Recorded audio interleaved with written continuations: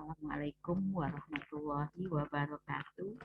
Semoga kita semua berada dalam keadaan sehat walafiat. Amin ya rabbal alamin. Bertemu kembali dengan Bunda Umul pada materi perkuliahan micro teaching. Kali ini pada materi hakikat dan dasar pemikiran micro teaching.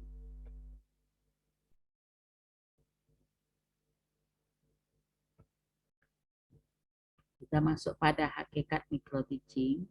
Micro teaching berasal dari dua kata, yaitu mikro berarti kecil, terbatas, sempit, dan teaching berarti mengajar. Jadi mengajar dalam batasan yang kecil, ya, kecil materinya, kecil pengikutnya, ya, kecil dari segi waktunya. Jadi diperkecil dari yang seharusnya, gitu ya, dengan tujuan untuk berlatih. Jadi micro teaching berarti suatu kegiatan mengajar yang dilakukan dengan cara menyederhanakan atau segalanya dikecilkan. Maka dengan memperkecil jumlah murid, waktu, bahan mengajar, dan membatasi keterampilan mengajar tertentu, akan dapat diidentifikasi berbagai keunggulan dan kelemahan pada diri calon guru secara akurat. Jadi untuk mengontrol, ya, untuk melakukan suatu kegiatan mengajar yang dilakukan dengan cara menyederhanakan atau segalanya dikecilkan, ya, disederhanakan, dikecilkan, disingkatkan. Pembelajaran mikro yaitu suatu pendekatan, metode, atau cara untuk mempersiapkan, mengembangkan, dan meningkatkan kompetensi guru dalam mengajar yang dilakukan secara sederhana pada setiap komponen pembelajaran yang dilakukan bukan pada kelas yang sebenarnya. Jadi micro teaching ini adalah kelas untuk berlatih, ya, untuk berlatih, untuk belajar sebelum seorang pendidik langsung terjun atau berada dan beraktivitas di depan siswa yang sesungguhnya. Latihan dulu. Dasar pemikiran, guru sebagai profesional seharusnya memiliki 3 modal dasar, yaitu pemahaman yang mendalam terhadap hal-hal yang bersifat filosofis, konseptual, dan skill. Jadi guru sebagai tenaga atau sebagai profesional ya harus memiliki 3 dasar, ya, yang mendalam terhadap hal-hal yang bersifat filosofis, konseptual, dan skill.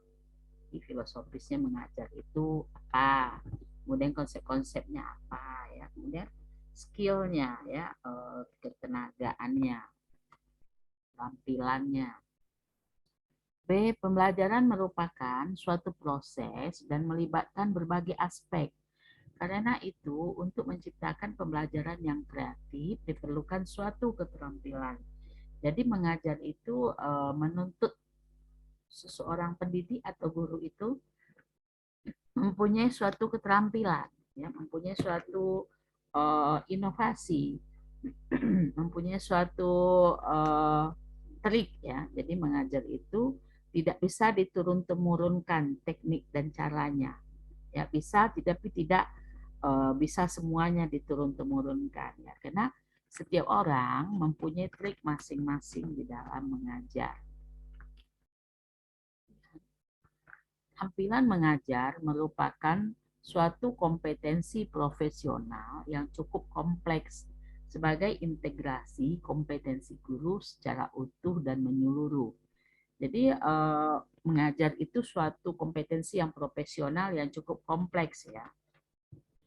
Mulai dari planningnya, pelaksanaannya, dan terakhir merefleksinya.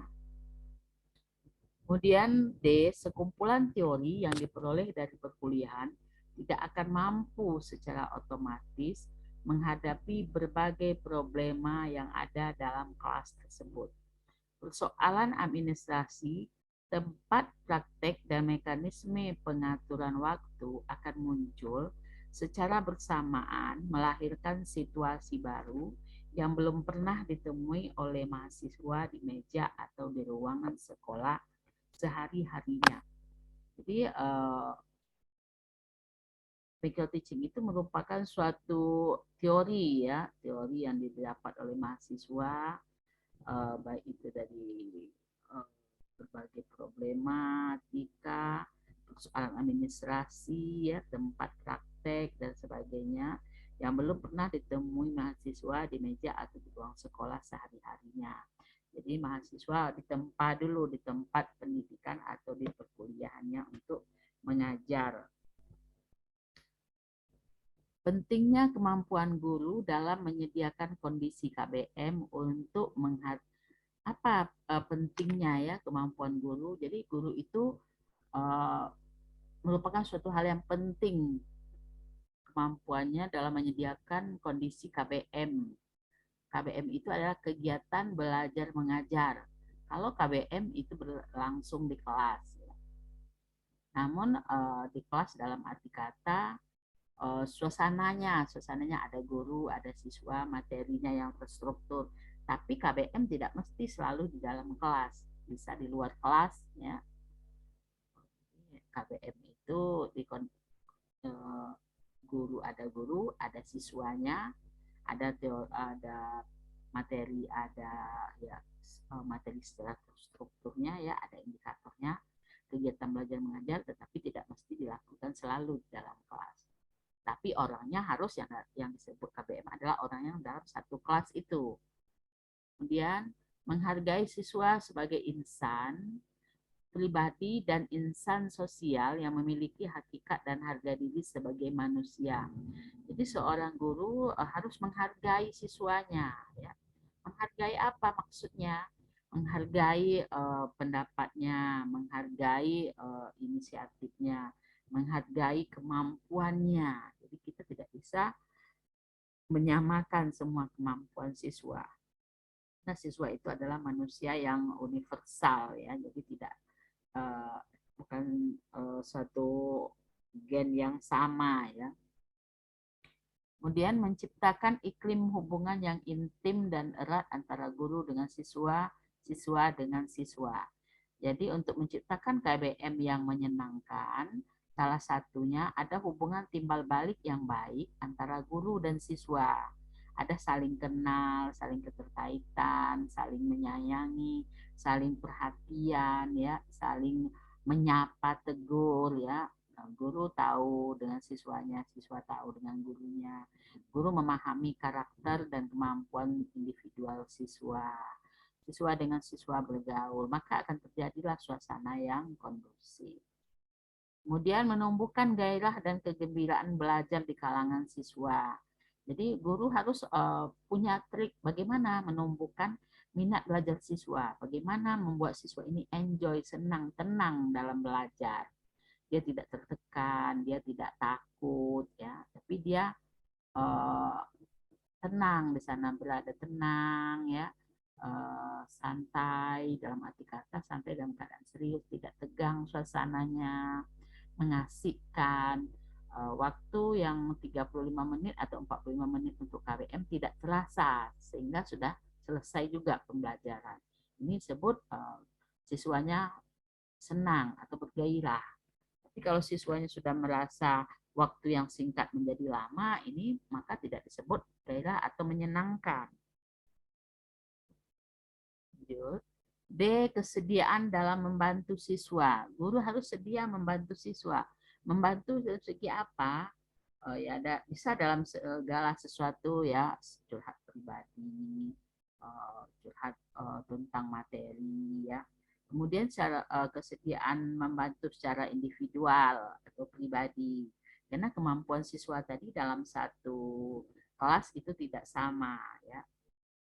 Ya beda-beda pemahaman siswa dan kemampuan siswa. Guru harus mampu bersedia membantu siswa secara individual dalam mendampingi mereka belajar agar mereka memahami. Kemudian aktivitas siswa yang bersifat negatif dalam arti mengganggu keberlangsungannya proses belajar mengajar perlu segera dihentikan. Siswa yang bermain sendiri atau mengganggu teman yang lain atau berusaha menarik perhatian kelas penting untuk mendapatkan perhatian guru. ucapan yang dapat digunakan misalnya tenang, perhatikan kemari, jangan ramai, jangan ribut dan sebagainya. Perhatikan ibu dulu nak, misalnya ya. Tolong perhatikan ke depan. Nanti akan ada latihan yang akan Anda kerjakan secara individual, maka siswa akan um, mengikuti arahan dari gurunya.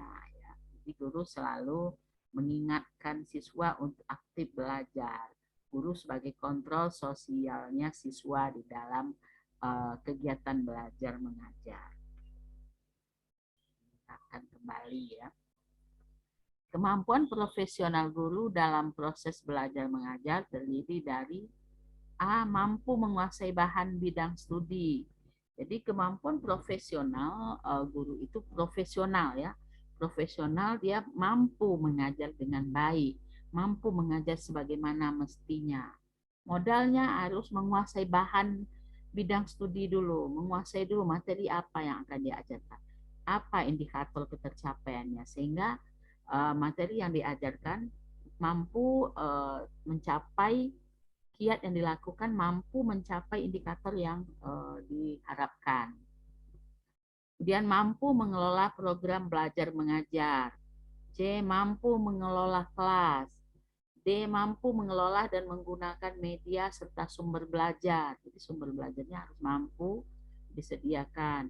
E. Mampu menilai prestasi belajar mengajar siswa. Belajar mengajar ya. Kemudian memahami prinsip-prinsip pengelolaan lembaga dan program pendidikan.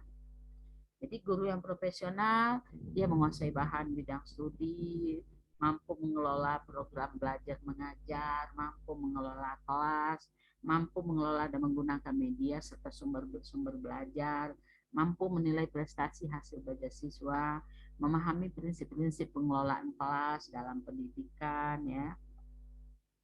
Jadi itu modal dasar siswa guru. Jadi guru masuk kelas bukan untuk hadir saja, tetapi banyak yang harus dia lakukan. Kemudian menguasai metode berpikir. Ya, metode berpikir baik untuk diri sendiri oleh sang guru maupun metode berpikir sang siswa. Ini guru harus menguasai metode berpikir. Terampil memberikan bantuan dan bimbingan kepada siswa. Jadi siswa harus diberikan bimbingan, diberikan bantuan, ya harus terampil.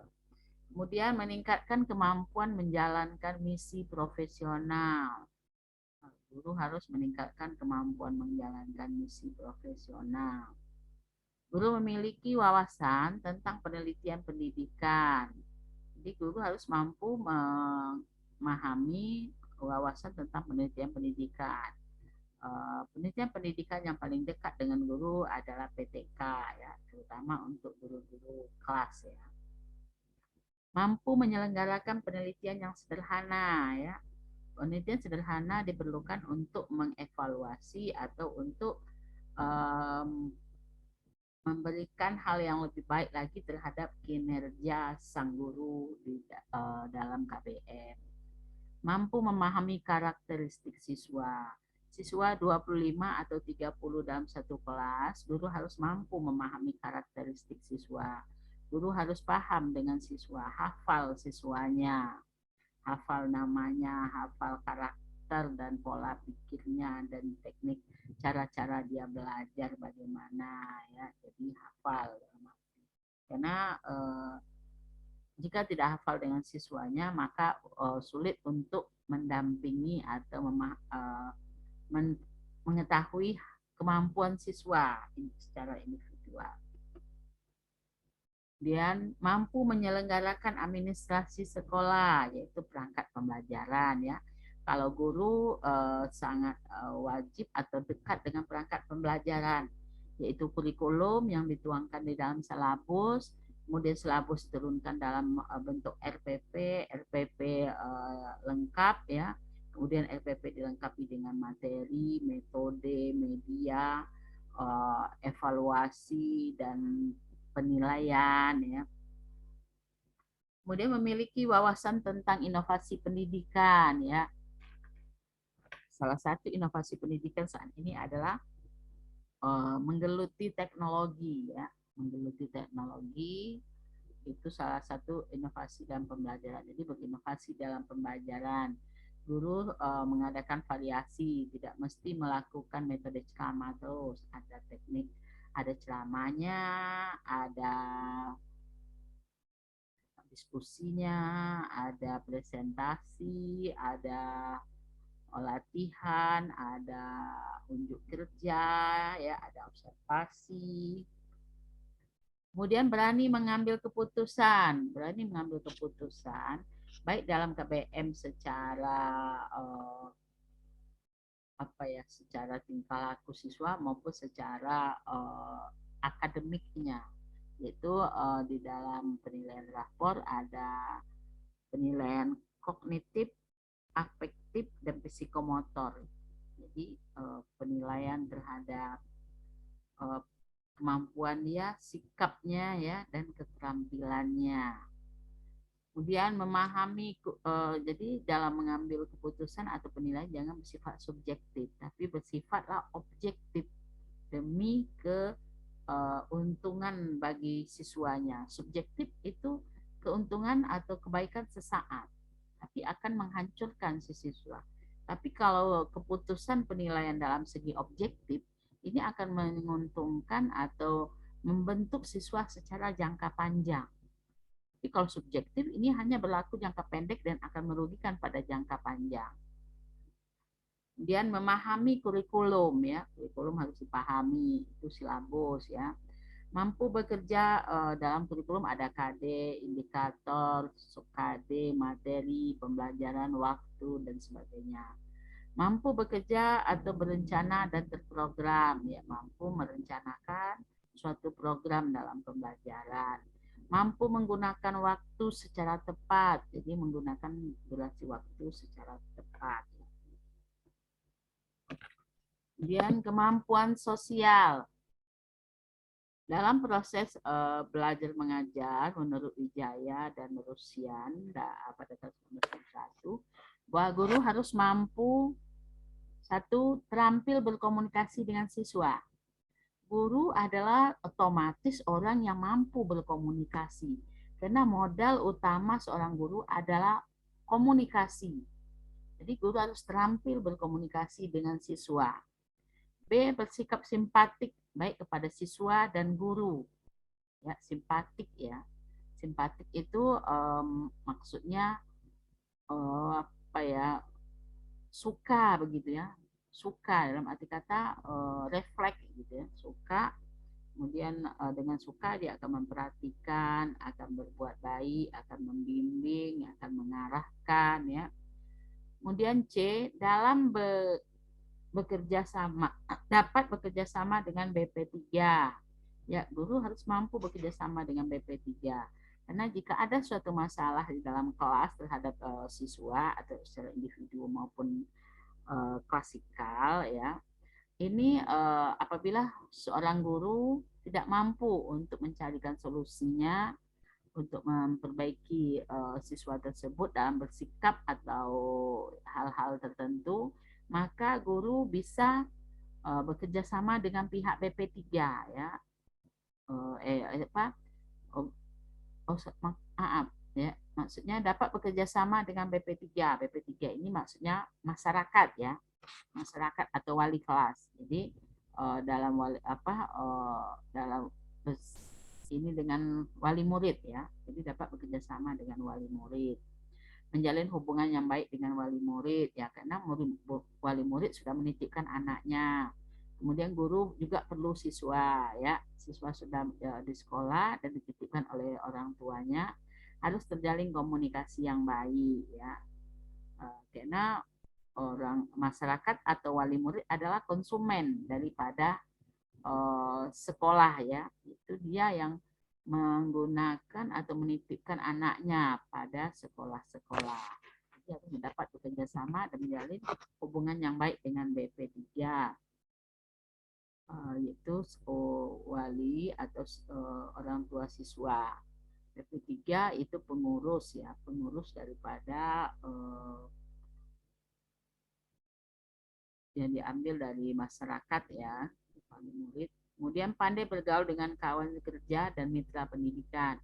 Seorang guru harus bersifat luas, profesional dan sosial. Dia harus mampu bergaul atau berkomunikasi dan berteman atau berkawan secara baik dengan mitra pendidikannya. Yaitu sesama teman guru harus baik, sama TU, penjaga sekolah ya dan sebagainya, satpam. Terus harus mampu berinteraksi dengan baik. Karena hubungan yang baik di tempat kita bekerja akan membuat kita lebih kondusif di dalam melakukan suatu pekerjaan. Ya, jadi itu uh, dasar-dasar dari pemikiran micro teaching, hakikat micro teaching.